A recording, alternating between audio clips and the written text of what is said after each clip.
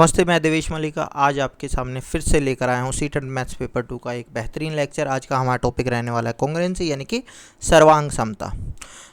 जो व्यूअर हमारे चैनल पे पहली बार आए हैं, मैं उनको बताता चलूँ कि सीटेट मैथ्स पेपर 2 का फ्री क्रैश कोर्स करवाया जा रहा है, जिसका मीडियम बाइलिंगुअल है, यानी हिंदी और इंग्लिश मीडियम में फ्री ऑफ कॉस्ट आपको पढ़ाया जाएगा, पूरा कोर्स करवाया जाएगा। और आज का टॉपिक कॉन्ग्रुएंसी सर्वांग समता हमारा बहुत इंपॉर्टेंट टॉपिक है। इसके अंदर बच्चे बहुत छोटी छोटी गलती कर देते हैं, उनको कुछ बेसिक कंसेप्ट नहीं पता होते, तो इस वीडियो को आराम से एंड तक देखिएगा। बाकी इस वीडियो को अगर आपको पीडीएफ चाहिएगा कि कौन कौन से क्वेश्चन हमने करवाए, तो आप व्हाट्सएप मैसेज करके पीडीएफ आप अपना नाम और मांग सकते हैं, पीडीएफ आपको पीडीएफ प्रोवाइड कर दी जाएगी। साथ ही अगर आपकी कोई क्वेरी है वो भी आप पूछ सकते हैं। इसके अलावा अगर आपको सीटेट पेपर 2 के एसएसटी और साइंस के नोट्स चाहिए, कौन से मीडियम में चाहिए, ये सभी आपको लिख के भेजना पड़ेगा व्हाट्सएप पे, आपको वो नोट्स प्रोवाइड करवा दिए जाएंगे। चलिए शुरुआत करते हैं आज के टॉपिक की। सबसे पहले तो कॉन्ग्रुएंसी होती है। कॉन्ग्रुएंसी का एक सिंपल चीज़ बता देता हूँ कि एक के ऊपर एक चीज़ आनी चाहिए। ठीक है, मान लो ये दो हैं, तो ये दोनों जो सर्कल है वो कॉन्ग्रुएंट नहीं है ना, कि अगर मैं इसको उठा के इस पे रख दूंगा या इसको उठा के इस पे रख दूंगा तो ये एक दूसरे को छुपाएंगे नहीं, है ना। आप ये कह सकते हैं इस बड़े को छोटे के ऊपर उठा के रख देंगे, सर ये तो इसको छुपा देगा, लेकिन छोटे वाला तो नहीं छुपाएगा ना। तो वो होना चाहिए बिल्कुल इक्वल साइज होना चाहिए, आइडेंटिकल होने चाहिए, उसको आप कहते हैं कॉन्ग्रुएंसी सर्वांग समता। बिल्कुल एक जैसे होने चाहिए, साफ बात ये होती है। ठीक है, तो इसके अंदर आपका अलग अलग शेप्स में हो सकता है आपका इसमें हो जाए कि भाई ये इसका कॉन्ग्रुएंट है नहीं है, आपसे पूछा जाए तो नहीं है, ये आपको वैसे देखने में लग रहा है ना, तो ये चीज़ होगी। लेकिन आपके जो सिलेबस है, सिलेबस के अंदर आपको कॉन्ग्रुएंसी सर्वांग समता है वो त्रिभुजों की यानी कि ट्रायंगल्स की पूछी जाती है, तो उसके बारे में हम आज बात करेंगे। तो सीधी सीधी बात मैं आपको बताऊँ तो टोटल आपका 4 तरह से आपका कोई भी जो ट्रायंगल है, ट्रायंगल को कॉन्ग्रुएंट करने के 4 नियम बनाए गए हैं कि अगर ये चीज़ें होंगी तो हम ये बता देंगे कि हाँ ये कॉन्ग्रुएंट है या नहीं है। क्योंकि देखिए कोई भी आपको फिगर दी होगी तो आप ऐसे उठा उठा के थोड़ी रखोगे, आपके पेज पे कोई बनाई हुई है फिगर, आप उसको काट काट के दूसरे के ऊपर टच करके थोड़ी रखोगे, है ना। तो आपने उसके लिए कुछ नियम बना लिए कि अगर मुझे ये सारी चीज़ें दिखती हैं तो मैं ये कहूँगा कि मेरी फिगर कॉन्ग्रुएंट है। तो पहली जो प्रॉपर्टी है, वैसे तो SAS बोली जाती है, लेकिन मैं SSS सिंपल चीज़ से शुरुआत कर रहा हूँ। SSS होती है तीनों साइड अगर मेरी बराबर हो जाए किसी भी ट्रायंगल की, यानी कि ये ट्रायंगल है, ठीक है, इसकी तीनों साइड मेरी दूसरे ट्रायंगल के इक्वल हो जाए। ठीक है, ये वाली साइड इसके, ये वाली साइड इसके और ये वाली साइड इसके। अब ये चिन्ह मैं बता देता हूँ जिनको ये साइंस नहीं पता। तो अगर मैंने यहाँ एक लाइन लगाई है और यहाँ एक लाइन लगाई है, इसका मतलब ये वाली साइड और ये वाली साइड इक्वल है। अगर यहाँ एक लाइन लगाई है और यहाँ एक लाइन लगाई है तो इसका मतलब ये वाली साइड इस साइड के इक्वल है। और यहाँ 3 लाइन लगाई हैं और यहाँ 3 लाइन लगाई हैं तो इसका मतलब ये तीनों साइड इक्वल हैं। तो इस हिसाब से ये चीज़ें चलती हैं, इस बात को ध्यान से समझ लेना। आगे समझ में तो एक चीज़ तो ये होती है SSS, ये सीधी प्रॉपर्टी है जब आपको तीनों साइड के इक्वल दिख जाए। क्योंकि कई बार आपसे ये पूछ लिया जाएगा बताओ कौन सी प्रॉपर्टी से कॉन्ग्रुएंट है आपके जो ट्रायंगल हैं। ठीक है, एक चीज़ तो ये हो गई। दूसरी आपकी होती है SAS प्रॉपर्टी। SAS प्रॉपर्टी क्या है?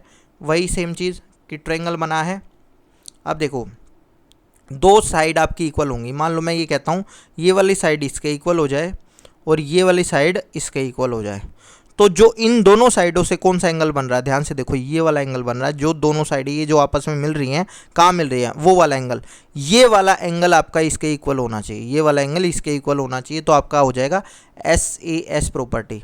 अब कोई ये कह दे कि जी ये वाला एंगल तो इक्वल नहीं है, हमारा ये वाला एंगल इक्वल है, तो आपका ट्रायंगल कॉन्ग्रुएंट नहीं होगा। इस बात को ध्यान से समझ लेना, ठीक है।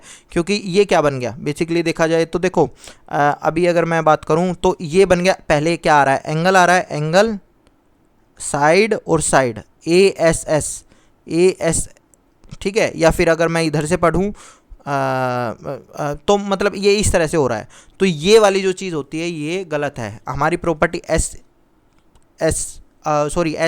है, ठीक है। इसके अलावा अगर मैं बात करता हूँ कि अगर मान लीजिए मेरा ये वाला एंगल ना होके कोई ये कह दे कि ये वाला इक्वल है, तब भी नहीं होगा, फिर मेरी प्रॉपर्टी बन जाएगी SSA। ये भी प्रॉपर्टी नहीं है, SAS ही मेरी प्रॉपर्टी है, ठीक है। तीसरी आपकी जो प्रॉपर्टी होती है वो होती है ASA प्रॉपर्टी क्या होगी, इसके अंदर देखिए ध्यान समझना, एक लाइन बनी हुई है, ठीक है। इस लाइन के ऊपर मान लो ये वाली लाइन है, ये वाली लाइन इस लाइन के इक्वल है, तो इसी लाइन के ऊपर जो दोनों एंगल होने चाहिए वो इक्वल होने चाहिए। ये वाला एंगल इस एंगल के इक्वल हो गया और ये वाला एंगल इस एंगल के इक्वल हो गया, तो इस प्रॉपर्टी को आप बोलते हो तो ASA property. Angle side angle, देखो ध्यान से, एंगल आ रहा है, फिर साइड आ रही है, फिर एंगल हो रहा है, तो इस तरह से इस प्रॉपर्टी से आपका जो ये नियम है ये आपका ASA नियम है। हाँ, इसके अंदर एक चीज़ है, ये नियम आपका AAS भी हो सकता है। AAS क्यों होगा, ध्यान से समझो। जब मेरे कभी भी दो एंगल इक्वल हो गए ना ट्रायंगल के, तो तीसरा एंगल अपने आप ही इक्वल होगा। इस बात को तो ध्यान से समझ लो। मान लो ये कोई ये कह देता कि जी मेरा ये वाला एंगल इक्वल नहीं है, मेरा तो ये वाला एंगल है इक्वल, तब भी मुझे कोई इशू नहीं था। क्यों इशू नहीं था? क्योंकि जब ये वाला एंगल इसके इक्वल हो गया, ये वाला एंगल इसके इक्वल हो गया, जैसे मान लीजिए ये 50 है, ये 70 है, ठीक है, तो तीनों एंगल का जोड़ जो होता है वो 180 डिग्री फिक्स है, तो ये तीसरा एंगल 60 डिग्री होगा। अगर यहाँ ये 60 डिग्री होगा तो यहाँ भी इसको 60 डिग्री होना ही पड़ेगा, क्योंकि ये 50 70 ये ट्रायंगल के हिसाब से बदलता नहीं है। आया समझ में? तो इस वजह से आपका जो ट्रायंगल होता है, ट्रायंगल के अंदर आपका AAS भी हो सकता है, ठीक है, लेकिन आपका SSA या फिर ASS ये वाली चीज़ नहीं हो सकती। यानी कि जब दो एंगल है तो दो एंगल से आपका तीसरा एंगल तो इक्वल हो सकता है, ये चीज़ होती है, ठीक है। चौथी आपकी जो आखिरी प्रॉपर्टी होती है राइट एंगल ट्रायंगल में होती है वो, जैसे ये राइट एंगल ट्रायंगल है ना। राइट एंगल ट्रायंगल के अंदर सीधी सीधी एक बात है कि एक तो आपको वो बताएंगे कि राइट एंगल है, ठीक है, right angle triangle RHS property होती है। राइट एंगल ट्रायंगल के अंदर राइट एंगल होगा, एक तो 90 डिग्री का एक एंगल दोनों में ज़रूर होना चाहिए। दूसरा, उनकी दोनों की हाइपोटेन्यूस इक्वल होनी चाहिए। अब ध्यान समझो, जो हिंदी वाले हैं, हिंदी वाले कई बार कहते हैं नहीं सर हमें हाइपोटेन्यूस का मतलब बताओ, ये करो वो करो। हिंदी में आपको जान के आप करोगे क्या? ये जो सबसे लंबे वाली होती है, बस आपको कंसेप्ट पता होना चाहिए, वर्ड में मत घुसो कि इनको साइड का मतलब होता है भुजा, हमको तो उस तरह से पढ़ना है। वो बात आपकी बिल्कुल सही है, लेकिन अब आप जब ये जो प्रॉपर्टी पढ़ते हो ये हमने नहीं दी है, ये बाहर से आई हैं, तो वो तो उसको हिंदी में इंग्लिश में उसको RHS ही बोल रहे हैं, ठीक है। तो हिंदी की बुक अगर आप खोलोगे उसमें भी RHS ही लिखा मिलेगा, तो इस वजह से आप RHS को पढ़ो। H का मतलब होता है हाइपोटेन्यूस, हाइपोटेन्यूस का मतलब होता है विकर्ण, जिसको कई जगह आपका कर्ण भी लिखा जाता है। तो अब आपको लेकिन इंग्लिश में भी पता होना चाहिए कि कर्ण को क्या कहते हैं, वो बोलते हैं हाइपोटेन्यूस। तो सीधी सीधी एक चीज़ है कि एक राइट एंगल होना चाहिए, एक आपका कर्ण यानी कि हाइपोटेन्यूस होनी चाहिए, यानी कि जो सबसे लंबी वाली जो है, यानी कि जो उस एंगल के बिल्कुल सामने वाली जो लाइन है, जो भुजा है वो, और फिर कोई सी भी एक साइड इक्वल हो जाए। इस बात का ध्यान से समझ लेना। अब बेसिकली ये जो चीज़ होती है ना, इसके अंदर भी आपका जो प्रॉपर्टी होता है वो SSS ही लग जाती है। क्यों?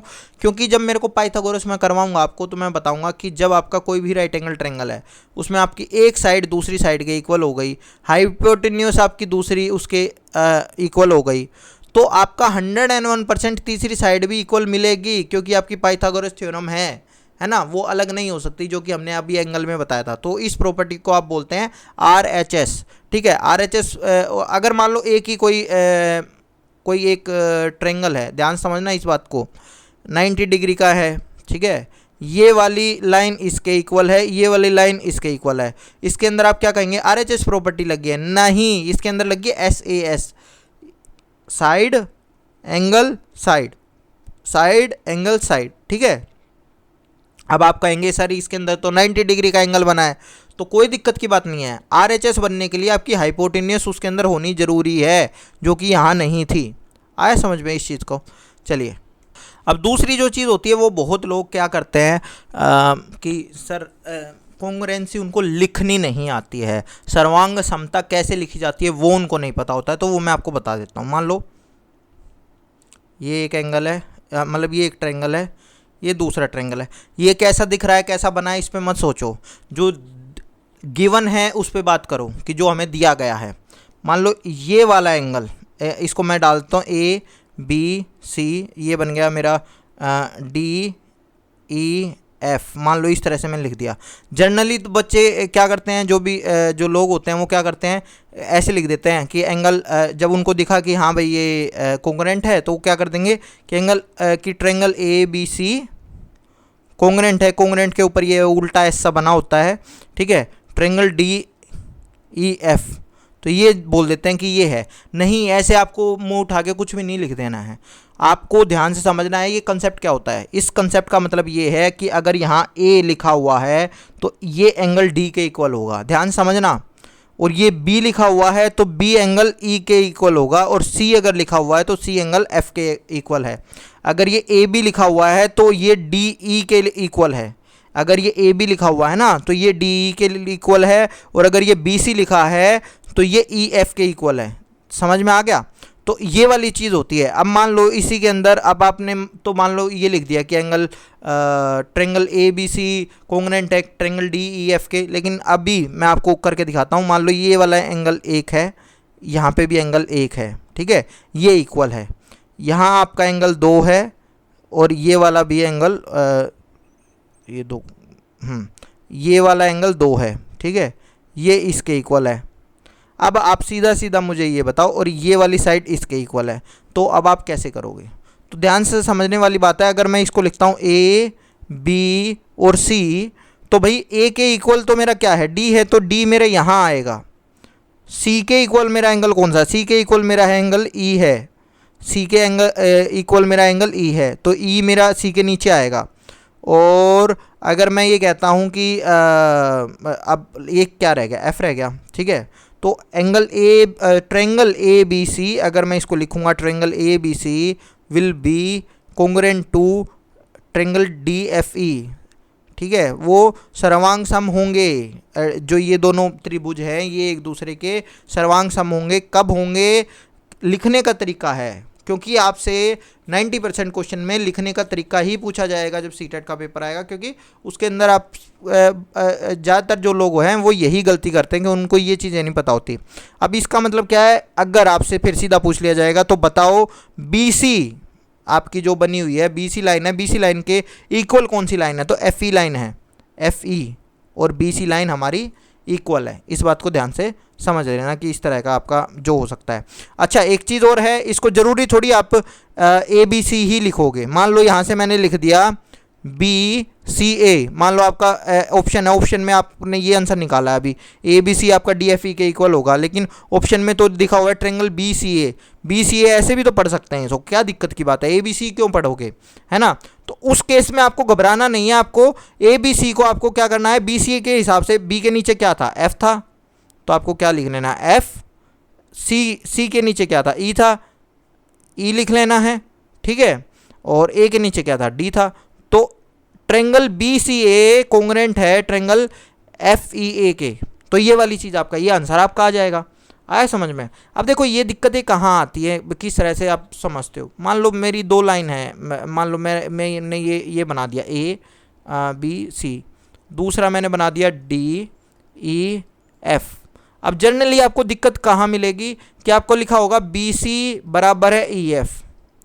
तो हो सकता है कोई लोग इसको बी सी ना पढ़ के इसको कह दे ये तो सी बी है जी मेरी। बिल्कुल सी बी भी हो सकती है, लाइन है, लाइन को तो ऊपर साइड से पढ़ लो, लेफ्ट साइड से पढ़ लो, राइट साइड से पढ़ लो, मेरी मर्जी, मैं क्या करूँगा। तो C B is equal to है, मान लो ई एफ लिख दिया, या B C is equal to E F लिख दिया, या B C is equal to F E लिख दिया, तो ये सब बराबर है। और ये सारे जो लिखे हुए हैं ये बिल्कुल सही हैं, कोई इशू की बात नहीं है इनके अंदर।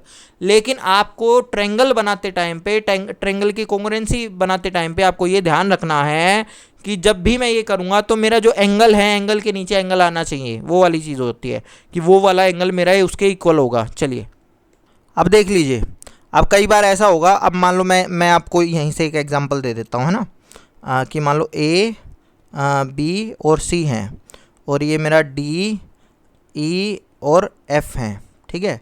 अब मैं कहता हूँ ये वाला एंगल 1 है, एंगल 1 के इक्वल है, ठीक है। ये एंगल 2 मेरा एंगल 2 के इक्वल है, ठीक है। अब आप बताओ कि इसकी कॉन्ग्रुएंसी क्या होगी। तो ध्यान समझो, जब मैं ए बी सी लिखूंगा ट्रेंगल ए बी सी, मैं अपनी मर्जी से ट्रेंगल ए बी सी बोल देता हूँ, इसको बी ए सी भी बोल सकते हैं, सी बी ए भी बोल सकते हैं, वो बात की बात है ना। लेकिन अभी मेरे को देखना है उसके नीचे क्या लिखा जाएगा।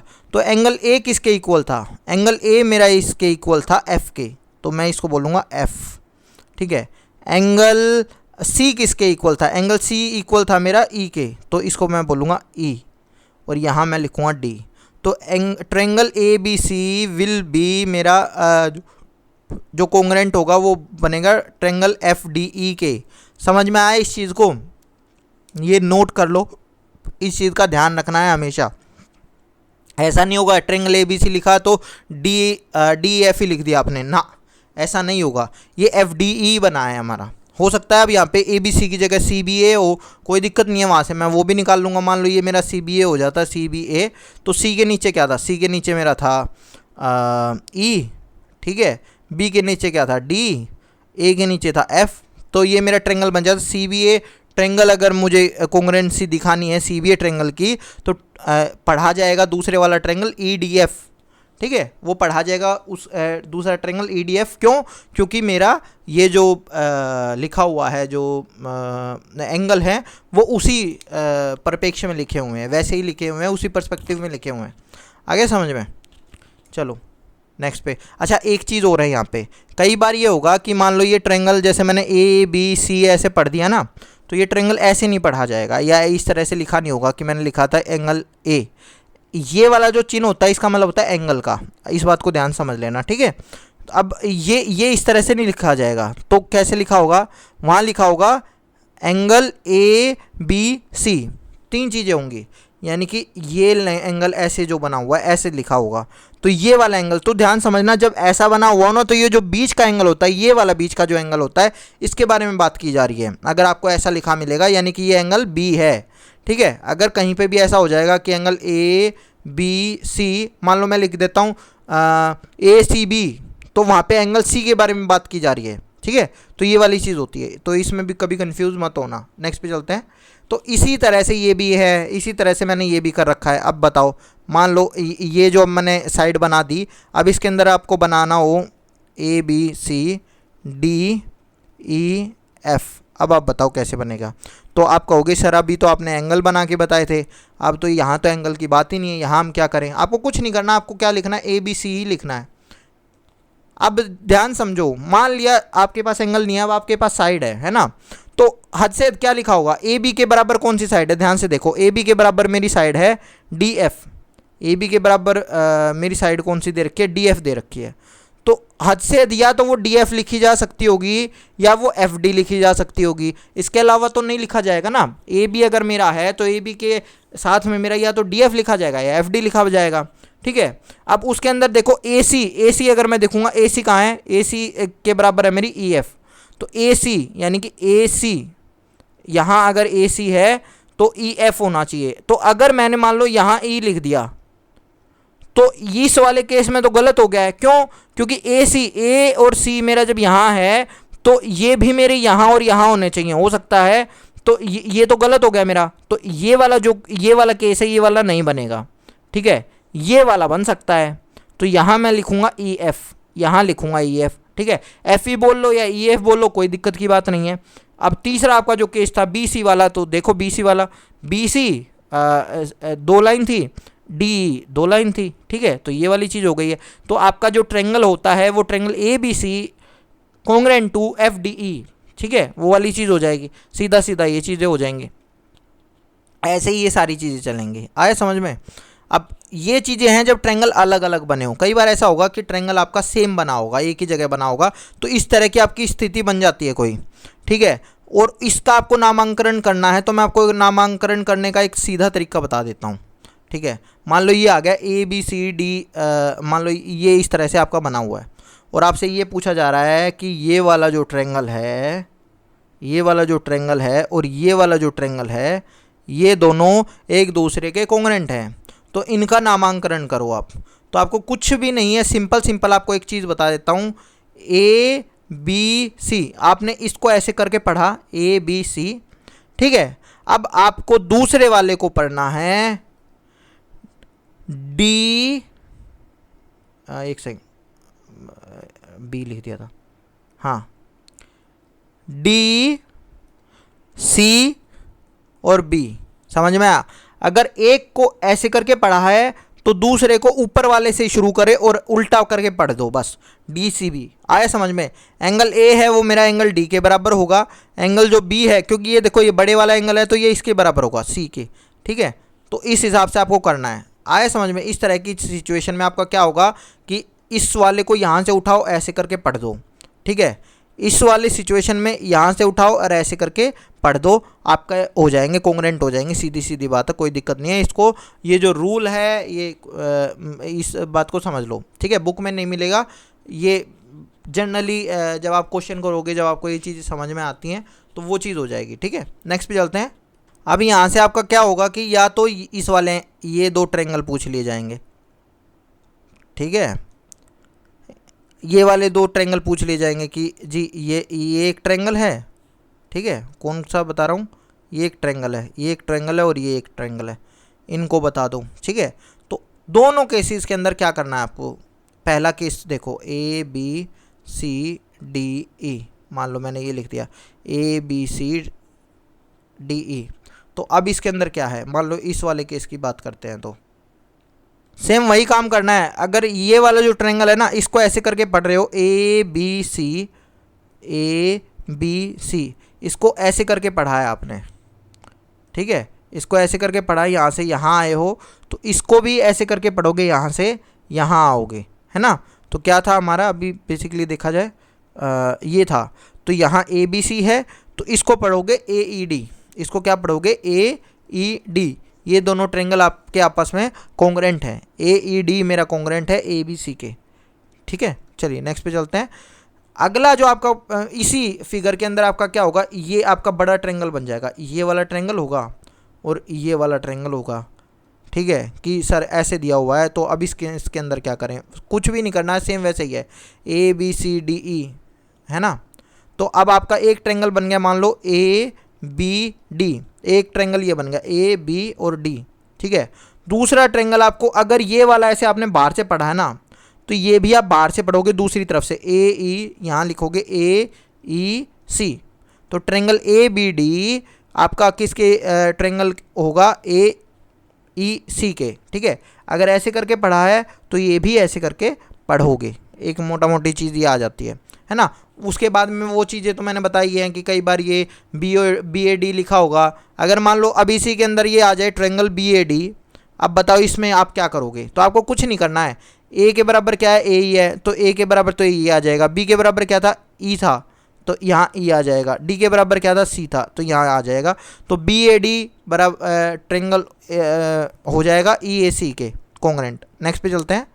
अब ये कहा होगा कि जी ये जो मेरी लाइन थी, ये दोनों लाइनें सीधी खींची हुई थी, ठीक है, या ये जो मेरी जो दोनों ये लाइनें थी ना, ये एक दूसरे को आधा आधा काटी थी, ये वाला लाइन इसके इक्वल है और ये वाली लाइन इसके इक्वल है। तो अब इस तरह से कोई ट्रायंगल बना है, तो अब इस केस के अंदर क्या होगा, सेम वैसे ये मान लो ये लिख देता हूँ ABOCD, मान लो ऐसा हो जाएगा कि ABOCOD। अब ये है AOB और COD, ये 2 ट्रायंगल आपके बन जाते हैं। तो इसके अंदर आप क्या करोगे, अगर आप देखो इसको यहाँ से पढ़ते हो ऐसे करके, यानी कि ABO इसको करके पढ़ोगे, ऐसे करके पढ़ोगे, ध्यान समझना। तो इसको ऐसे करके पढ़ना पड़ेगा आपको। ये आपका एक तरह से उल्टा जेड सा बन रहा है, देखो ध्यान से, समझ रहे हो क्या बताया, कि अगर ये ऐसे करके पढ़ोगे तो ये वाला ऐसे करके पढ़ना पड़ेगा, ठीक है। तो ABO यहाँ आपका क्या बन जाता है, ये बन जाता है DCO, ठीक है, ये आपका बन गया DCO। मतलब कि आपको दूसरी तरफ से इसमें डायगनली आपको बात शुरू करनी है, कि अगर एक चीज़ आपने यहाँ से शुरू करी तो दूसरी यहाँ से शुरू होगी। इस केस के अंदर कैसे, मान लो ये यहाँ से शुरू कर ले, ये यहाँ से शुरू करके ऐसे चला, ठीक है, ABCD मान लो ये था, तो ये दूसरे वाली जो होगी वो यहाँ से शुरू करके यहाँ से आएगी, ऐसे करके आएगी, सॉरी हाँ रुक जाओ, एक गलती होगी, हाँ। तो अगर ये वाली ऐसे आके ऐसे आई है तो ये वाली भी ऐसे करके ऐसे आएगी, आया समझ में। अगर ये वाली ऐसे करके ऐसे करी है तो ये वाली ऐसे करके ऐसे जाएगी। इस तरह से आप पढ़ोगे चीज़ों को, ठीक है। आप बाकी और क्वेश्चन करवाएंगे तो आपको और चीज़ें क्लियर हो जाएंगी।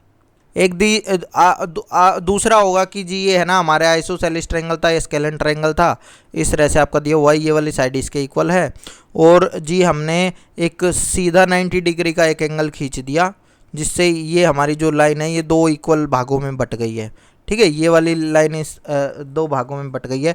तो अब ये वाला जो ट्रायंगल है, ये वाला ट्रायंगल इस ट्रायंगल के बिल्कुल कॉन्ग्रेंट हैं। तो चलो एक बार दोबारा बता देता हूँ इसको। यहाँ से अगर मैं इस ट्रायंगल को और इस ट्रायंगल को करते हैं तो इस केस में क्या होगा, ए बी सी डी।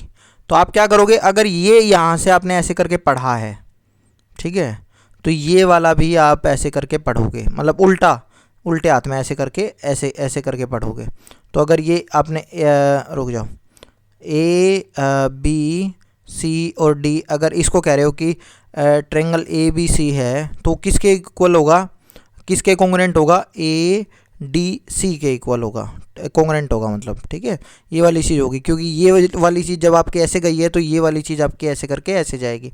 आया समझ में। चलिए अब नेक्स्ट पे चलते हैं। आखिरी आपका जो मेन जो रहता है वो ये रहता है कि एक आपका पैरेललोग्राम हो सकता है, वो हो सकता है आपका रेक्टेंगल हो, ऐसा कुछ भी हो जाएगा, तो आपका कहेगा कि कॉन्ग्रुएंट है। तो कॉन्ग्रुएंट के अंदर आपका क्या होगा कि ए बी सी डी, इस केस के अंदर आपका क्या हो जाएगा, सीधा सीधा आप देखते हैं। तो देखो इसमें आपको कुछ नहीं करना है, आपको ए बी सी अगर आपने ऐसे करके पढ़ा है ए बी सी, ठीक है, तो दूसरे वाला भी आपको पढ़ना है। अब यहीं से शुरू करना है, ए से ही शुरू करना है, वो आप करोगे। रुको, हाँ एक सेकंड, हाँ अगर सॉरी ए बी सी, अगर मान लो ये यहाँ से शुरू करा है तो ये इधर से शुरू होगा, ये यहाँ से ऐसे करके शुरू होगा, ठीक है, इस तरह से होगा, तो ये वाली चीज़ चलेगी। अगर आप इसको ऐसे करके पढ़ रहे हो ए सी बी, अगर आप पढ़ रहे हो तो तब आपका ऐसे जाएगा कि आप क्या करोगे, अगर आप यहाँ से शुरू कर रहे हो कि ए सी और बी, तो आपका ये ए सी डी इस तरह से जाएगा। आया समझ में। अगर ए से शुरू करना है तो आप डायगनली शुरू करोगे, ठीक है, ए से शुरू करना है तो आप डायगनली शुरू करोगे, वरना आपका ये इसी तरह से चीज़ें चलेंगी। चलिए नेक्स्ट पे चलते हैं। अब सीधे हम क्वेश्चंस पे आते हैं। आपसे देखो सीधा सीधा जो क्वेश्चन यहाँ से क्या पूछ लिया कि ए बी सी और डी ई एफ ट्रायंगल है, इनमें कॉन्ग्रुएंसी कौन सी करेक्ट होगी ये बताओ। तो अगर मान लो मैं ए बी सी लिख लेता हूँ, ए बी सी लिख लिया मैंने, तो पहले देखो यहाँ दो एंगल दिए हुए हैं। कौन सा एंगल दिया हुआ है, एक तो दिया हुआ है डी का, ठीक है, डी किसके इक्वल एंगल है, बी के इक्वल है, तो यहाँ तो मेरा सीधा का सीधा डी आ जाएगा, कोई दिक्कत की बात ही नहीं है। आया समझ में। तो यहाँ डी बी के नीचे सीधा मेरा डी आ गया, क्लियर मैटर। अब मेरा बात करते हैं बी सी, अगर 4 सेंटीमीटर दे रखी है तो यहाँ दूसरी 4 सेंटीमीटर क्या दे रखी है, यानी कि बी सी बराबर है क्या हो गई है, मेरी ई डी हो गई है। क्या बन गई है, ई डी बन गई है। अब समझो बी सी अगर मेरी 4 सेंटीमीटर है is equal to E D है, यानी कि बी सी अगर मेरा यहाँ है तो ई डी मेरा कहाँ लिखा जाएगा, यहाँ लिखा जाएगा, है ना। बी सी है तो आप उसको चाहे डी पढ़ लो चाहे ई डी पढ़ लो, मैंने आपको बताया था लाइन तो लाइन होती है, लाइन का कुछ वो नहीं होता है।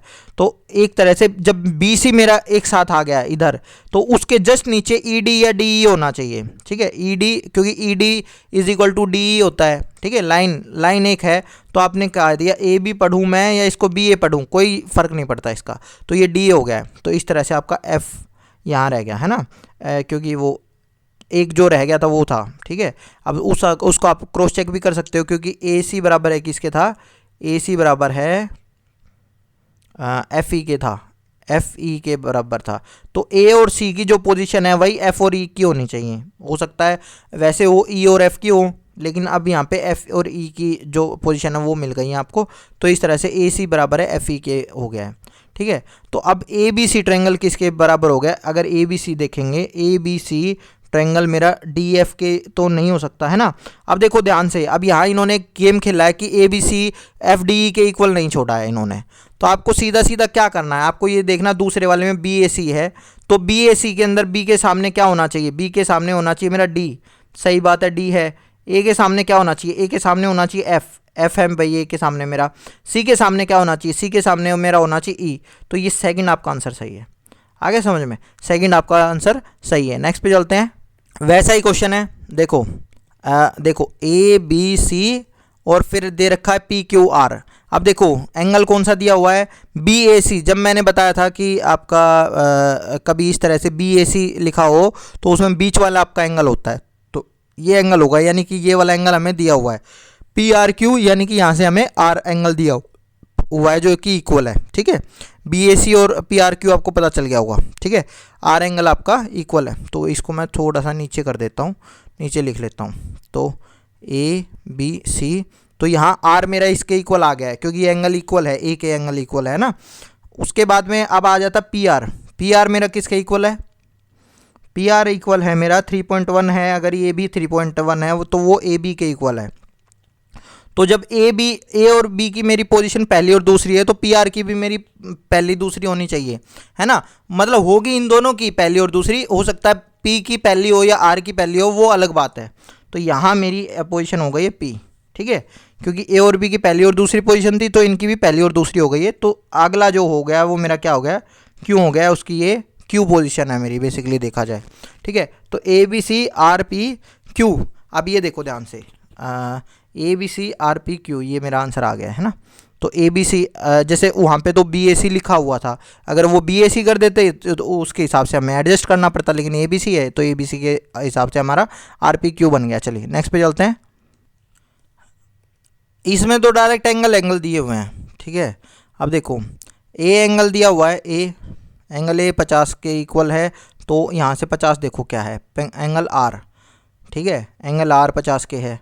अगर अब देखो ध्यान से, देखने वाली बात ये है कि एंगल सी जब मेरा दे दिया 75 डिग्री के बराबर, तो एंगल जो बी रहेगा वो रहेगा मेरा 55 के बराबर, क्योंकि दूसरे वाले में से मेरे को 55 के बराबर दे रखा है, यानी क्यू एंगल इक्वल होगा मेरा बी के, एंगल बी के इक्वल होगा। ध्यान समझ में आया क्या बताया मैंने?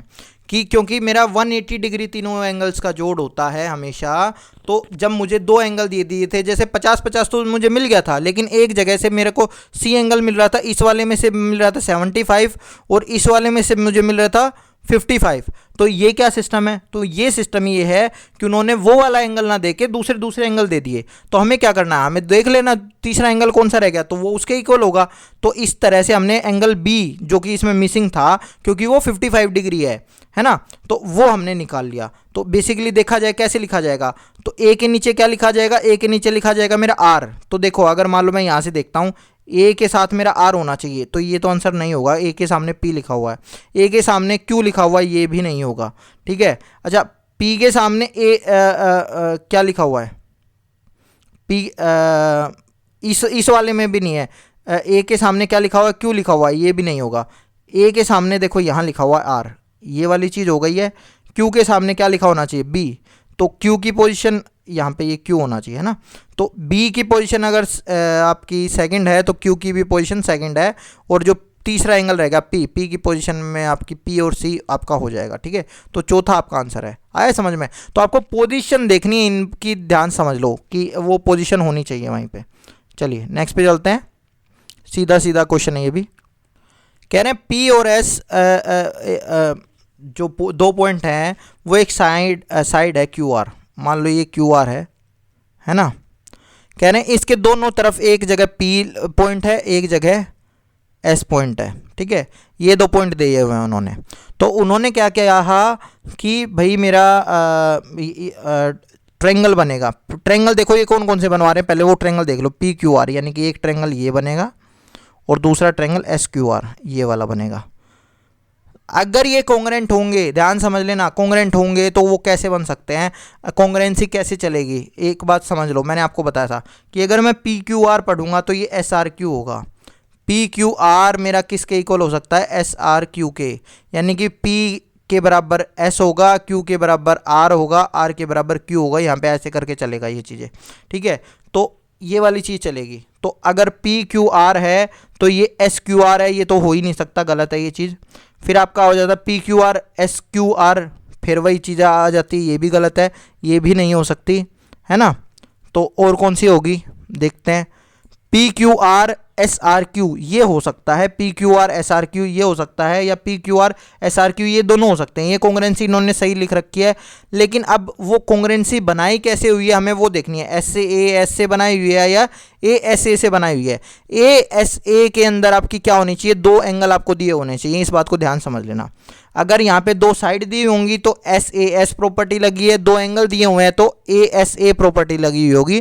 तो वो देख लेते हैं, तीसरा या चौथे में से मेरा आंसर है। कॉन्ग्रेंसी तो मैंने पता कर लिया कौन सी है। तो देखो यहाँ दो एंगल दिए हुए हैं, यहाँ क्या दिए हुए हैं? दो एंगल दिए हुए हैं, तो ए मेरा उत्तर है, ठीक है। तो ये मेरा फोर्थ, ये मेरा आंसर आ जाता है। चलिए नेक्स्ट पे चल देते हैं, क्योंकि ए में क्या था? दो एंगल और एक साइड। चलो ये फिर वैसे ही क्वेश्चन आ गया कि एक बी सी लाइन है, यहाँ मैंने मान लो बी सी लाइन ये लिख दी, ये बी सी लाइन है, ठीक है। अब ए बी सी एंगल है, ए और डी 2 पॉइंट है, ए बी सी ये वाला एंगल है, ये 90 डिग्री का है, ये 90 डिग्री का इन्होंने बनवाया हुआ है। और डी सी बी एंगल है, फिर वही चीज़ है, डी सी बी है ना, ये वाला एंगल, ठीक है। ये जो एंगल है ये आपका कितने का है, ये भी 90 डिग्री का है। अब इस हिसाब से आपके ये दो ट्रायंगल बन जाते हैं, ठीक है, ए बी सी और डी सी बी।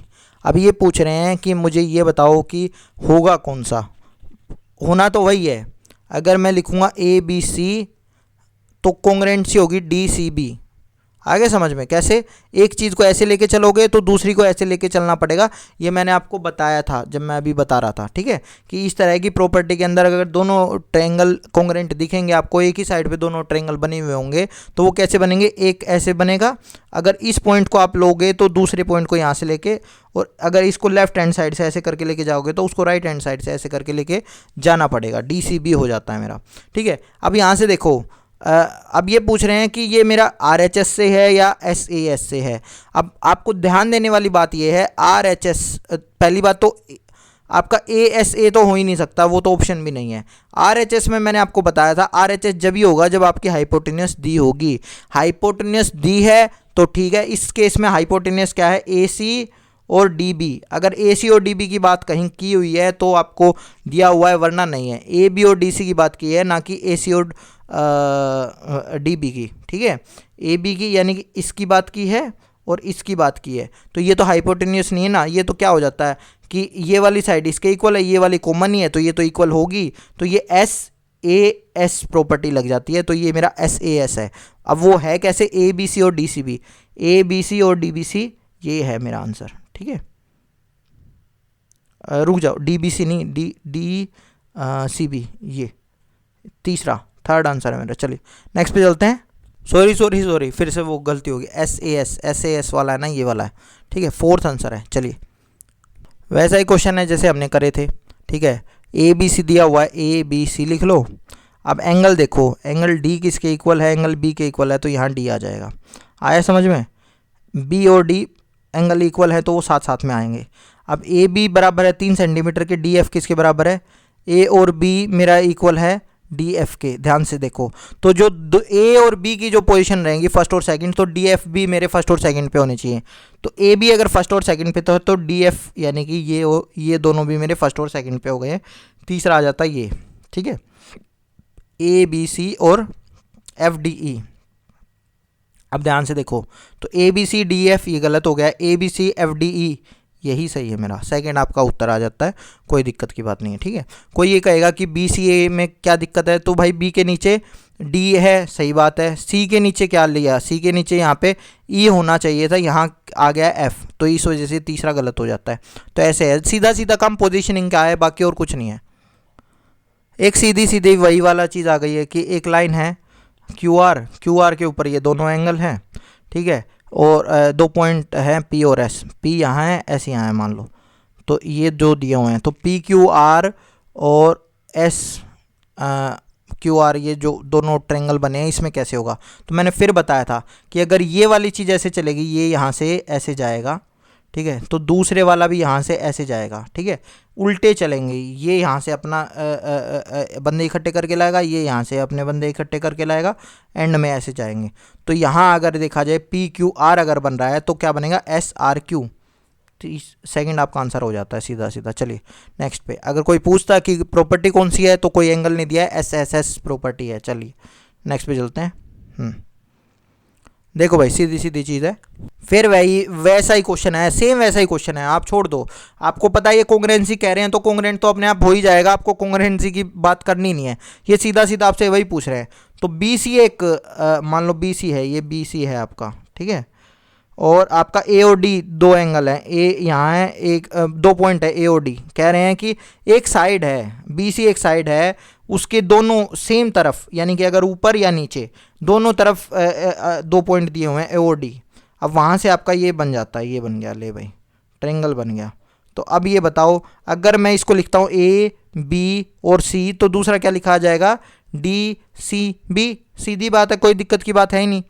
तो इसमें से कौन सा हो जाएगा मेरा, A B C is equal to D C B होना चाहिए था, ये गलत हो गया है, ठीक है। A B C B D C ये भी गलत हो गया है, ठीक है। तीसरे उस पे चलते हैं। हाँ,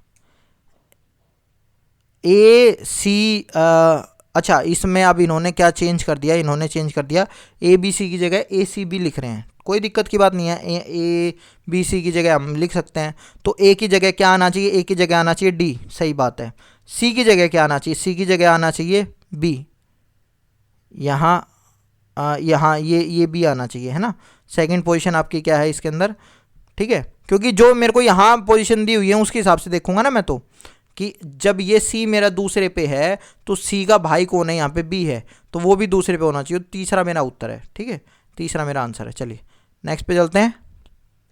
कह रहे हैं दो ट्रेंगल है पी क्यू आर और ए बी सी, जिसमें पी एंगल अगर मैं बताऊं, ये मेरा पी 90 डिग्री का है, तो क्यू और आर ये मैंने दे दिया, ठीक है, पी क्यू आर। और दूसरा मेरा आ जाता है ए बी सी।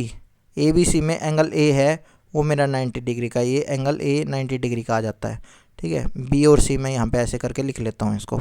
अब ये कह रहे हैं कि अब ये बताओ कि ये किस तरह से कोंग्रेंट होंगे। तो ध्यान देने वाली बात ये है, पी क्यू आर और ये जो सारी चीज़ें हैं ये तो आपको वैसे ही देखनी है कि जहाँ मेरा अगर मान लो मैंने लिख दिया पी क्यू आर, तो पी के साथ में मेरा आना चाहिए ए, पी के साथ मेरा आना चाहिए ए। अब दूसरी बात इन्होंने लिखी है, अगर क्यू आर मेरा 6.5 है तो बी सी भी मेरा 6.5 है। क्यू आर यानी कि क्यू आर मेरा 6.5 है तो बी सी भी मेरा कितना होना चाहिए, तो यहाँ बी सी आ जाएगा या सी भी आ जाएगा। अब इसके ऊपर कन्फ्यूज़न है। क्यों कन्फ्यूज़न है, क्योंकि ध्यान से देखो ये तो सेकंड और थर्ड पोजीशन है, लेकिन अभी हमें एग्जैक्ट पोजीशन का तो पता नहीं चला ना। ये तो हो सकता है बी सी भी आ जाए, हो सकता है सी भी आ जाए, तो वो चीज़ भी हो सकता है। तो अभी इस वाले को थोड़ा सा वेट करते हैं, दूसरे वाले को देख लेते हैं। ए बी अगर मेरा 2.5 है तो यहाँ आर पी मेरा 2.5 है, यानी ए और बी की पोजिशन आप उठा लो, आप कोई दिक्कत की बात नहीं है। आपने क्या किया, ए और बी की पोजिशन उठा लो। तो ए और बी की अगर आप पोजीशन आते हैं वो मेरा किसके इक्वल होनी चाहिए, आर पी के इक्वल होनी चाहिए, पी आर के इक्वल होनी चाहिए। तो ए और बी की पोजीशन जब पहली तो आई गई है, तो तीसरी पोजीशन क्या रहेगी, यहाँ रहेगी बी की। क्यों, क्योंकि देखो ए बी बराबर है आर पी, तो ए और बी की पोजीशन यहाँ पे पी आर की पोजीशन मुझे पता थी, पी आर की पोजीशन क्या थी, पहली और तीसरी थी। तो ए और बी की पोजीशन भी पहली और तीसरी रहेगी, हो सकता है वो तीसरी और पहली हो जाए, लेकिन होगी ऐसे ही, तो वो वाली चीज़ रहती है। आया समझ में। लेकिन इसके अंदर ए की हमारी पोजीशन पहली रहेगी, क्यों, क्योंकि वो तो पी के साथ बंधा हुआ है, वो हमारा एंगल क्योंकि इक्वल है, ठीक है। दूसरा आ जाता है आपका सी। तो इस तरह से तो पी क्यू आर और A C B, P Q R P Q R P Q R A C B. अब या तो आंसर ये है या ये है। अब आपको ये देखना है एस ए एस प्रॉपर्टी लगी है या आर एच एस प्रॉपर्टी लगी है। अब ध्यान देने वाली बात ये है कि आप ये देखो कि किसके बारे में बात की गई है। इक्वल कौन सा दिखाया गया है, इक्वल आपका हाइपोटेन्यूस दिखाया गया था क्या, बिल्कुल हाइपोटेन्यूस इक्वल आपका दिखाया गया था। क्यों, क्योंकि जब मैंने कहा क्यू आर इक्वल है बी सी के, तो ये हाइपोटेन्यूस है, यानी कि वो है, तो इस वजह से ये मेरा आर एच एस से हो जाता है। चलिए नेक्स्ट पे चलते हैं। सीधा सीधा क्वेश्चन पूछ लिया कि ए बी सी मान लो एक बड़ा ट्रायंगल है, ए बी सी आप एक बड़ा ट्रायंगल है, और जिसमें ए बी बराबर है बी सी के, कोई दिक्कत की बात नहीं है। अब जो पॉइंट डी है और ई है वो ए सी के इक्वल है। अच्छा, point D and E are on the A C side, यहाँ है, ठीक है, ऐसे करके है, ठीक है। तो अब याद करो, मैंने आपको बताया था कि अगर इस केस के अंदर आपका हो जाएगा कि जब ये आ गया डी, ठीक है, और ई, ऐसे करके ये चीज़ें आ गई है, तो अगर आपको ये होगा ए बी ई जो आपका बन रहा है, यानी कि ए बी ई ये वाला जो ट्रायंगल आपका बन रहा है, तो इस केस के अंदर क्या होगा, अगर आप इसको करके पढ़ोगे, ऐसे करके ऐसे आओगे, ठीक है, ए बी ई अगर आओगे तो आपको यहाँ से भी सी बी डी की तरफ जाना पड़ेगा, ए बी ई और सी बी डी होना पड़ेगा। मैंने आपको बताया था ये वाली चीज़, ठीक है, समझाया था शुरुआत में कि कॉन्ग्रुएंसी जब आपकी होगी वो ऐसे ही होगी कि अगर ये इधर से आएगी तो ये वाली चीज़ ऐसे चलेगी, ठीक है। तो A B E C B D, तो A B E C B D second आपका आंसर आ जाता है। चलिए नेक्स्ट पे चलते हैं। कह रहे हैं ये बताओ कि अगर जो एस से प्रूव करना हो आपको, तो आप कौन से को करोगे। ध्यान समझ लेना, देखो ए बी बराबर है पी आर के, बी सी बराबर है क्यू आर के। तो एक जो कॉमन एंगल है वो कौन सा जा रहा है, ए बी और बी सी में। ए बी और बी सी अगर देखा जाए तो इन दोनों में कॉमन क्या है, बी कॉमन है, बी कॉमन है ना, बी कॉमन है। तो आपका बेसिकली क्या होगा कि जो आपका बी एंगल है वो इक्वल होना चाहिए, है ना, क्योंकि ए बी, अगर मैं बात करता हूँ ए बी की, कोई भी आप ट्रायंगल बना के देखो, ए बी सी, ठीक है, ए बी सी आपने इस तरह से बना दिया। अब मैंने ए बी और बी सी किसी के इक्वल कर दी, ए बी और बी सी, तो इनके बीच का जो एंगल होगा वो बी ही होगा, जो दोनों के अंदर कॉमन था, ठीक है। तो वो मेरा बी होना चाहिए। तो बी किसके कॉमन है, जब ये दोनों वो हैं तो बी आता है मेरा आर के। वैसे आप यहाँ से भी देख सकते हैं कि आर कॉमन है इसके अंदर, तो B is equal to R होना चाहिए। तीसरा आपका उत्तर है एस ए एस प्रॉपर्टी के लिए। नेक्स्ट पे चलते हैं। सीधी बात है कि सर्वांग समता के लिए, कॉन्ग्रुएंसी के लिए दो पॉलीगन की क्या होनी चाहिए, सारी साइड इक्वल होनी चाहिए और सारे एंगल इक्वल होने चाहिए, ठीक है। तो बोथ ये सारी चीज़ हो जाती है। चलिए नेक्स्ट पे चलते हैं। देखो आप वही सेम चीज़ कर लो।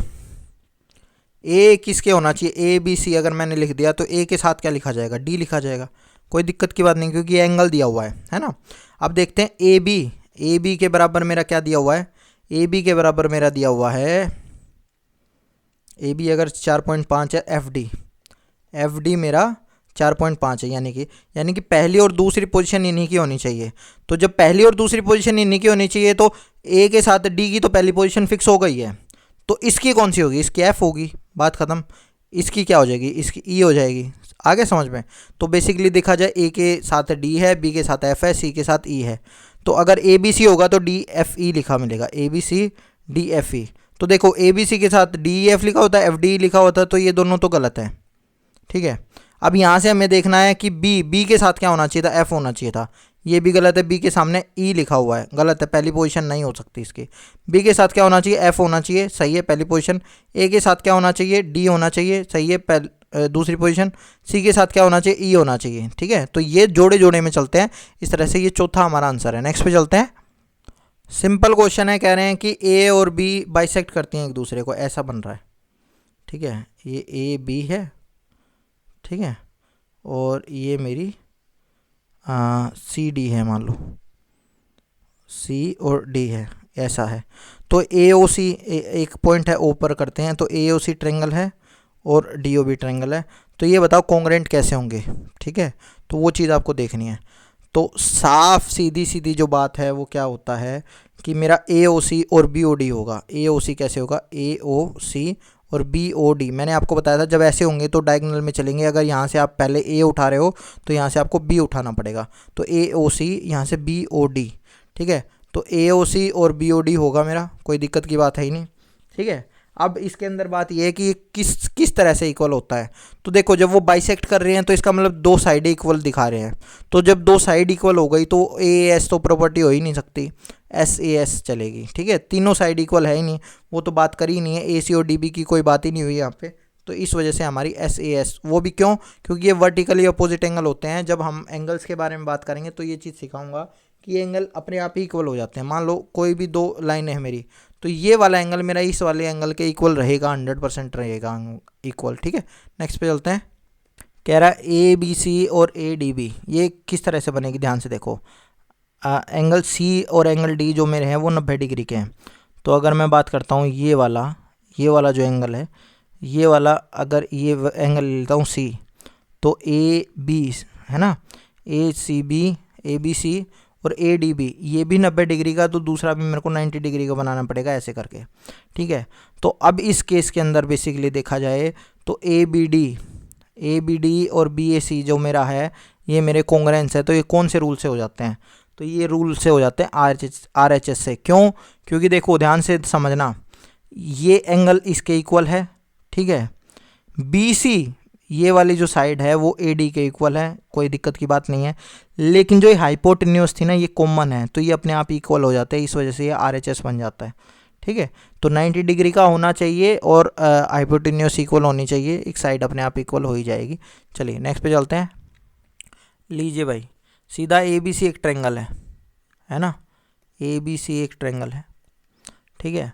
अब इसके अंदर इन्होंने कहा है कि बी सी, ये जो बी सी पर है वो मेरा ए डी इसका मतलब होता है परपेंडिकुलर यानी 90 डिग्री है, ठीक है। अब ये कहते हैं कि अब इसके अंदर से बताओ आपका वो कैसे बनेगा, क्या नाम है,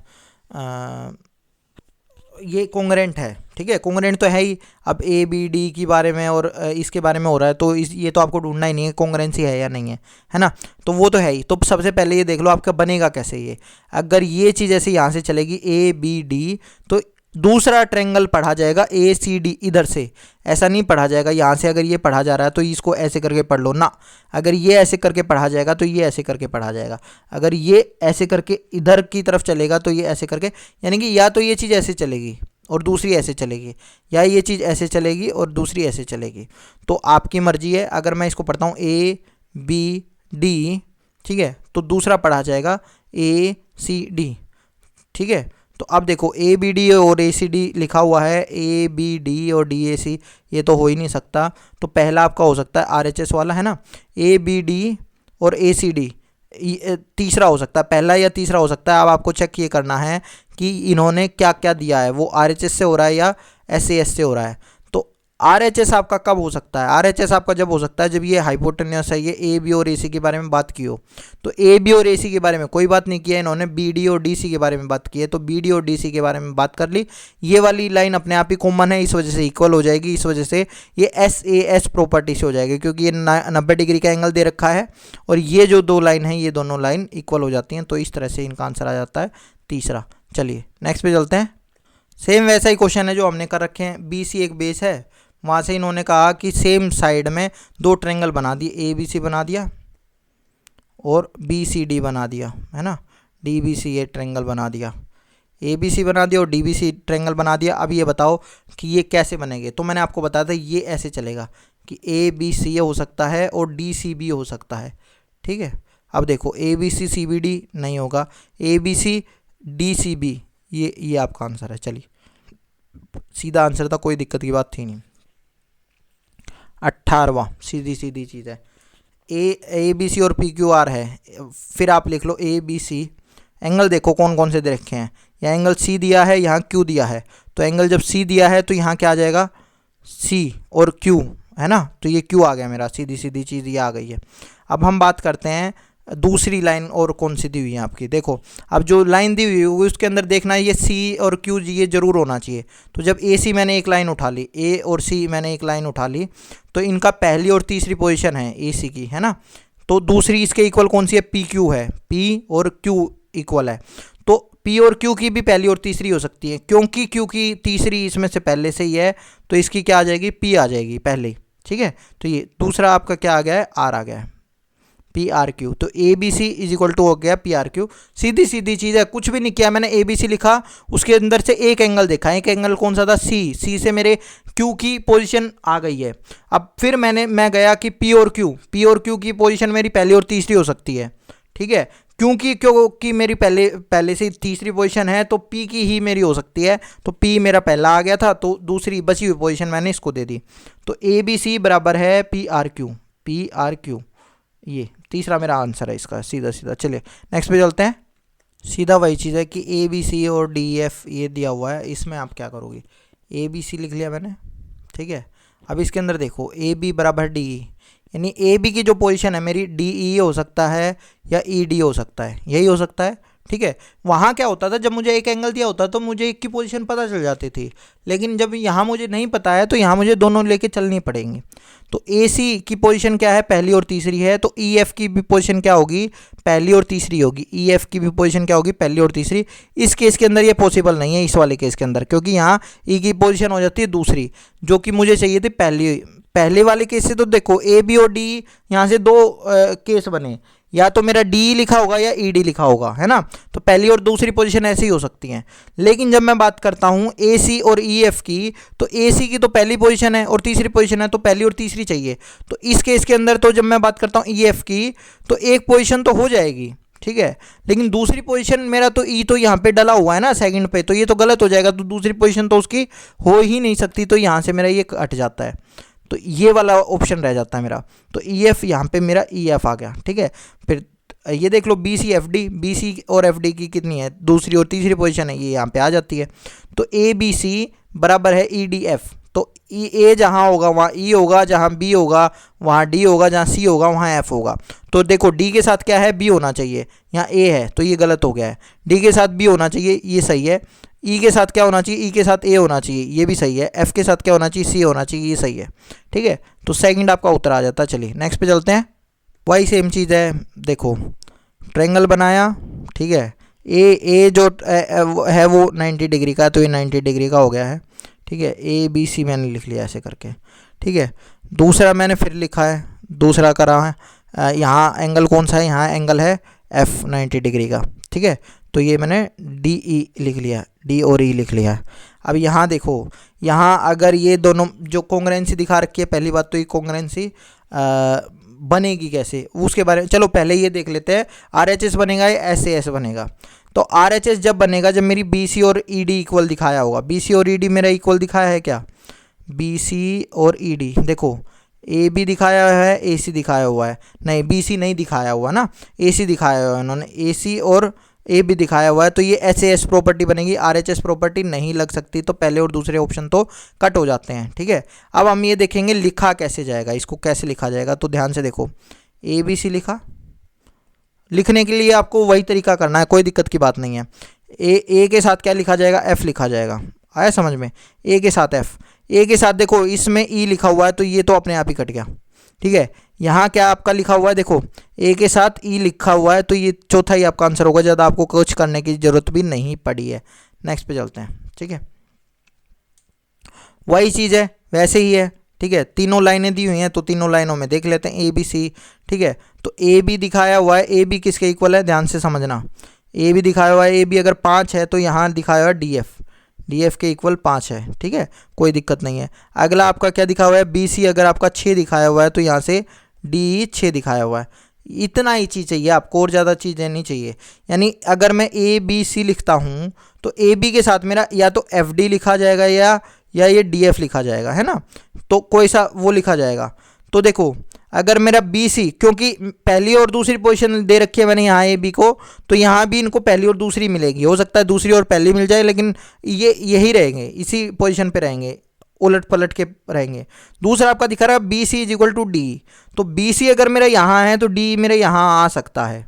इस केस में वो पॉसिबल नहीं है, क्योंकि देखो डी मेरा यहाँ चला गया है, तो ये तो मेरा पहली पोजीशन पे दिया हुआ है, यहाँ तो ये पॉसिबल होगा ही नहीं, तो यहाँ हो सकता है। तो ये वाला बन जाता है आपका ए बी सी और F D E, A B C और एफ डी ई, ये आपका आंसर आ जाता है चौथा।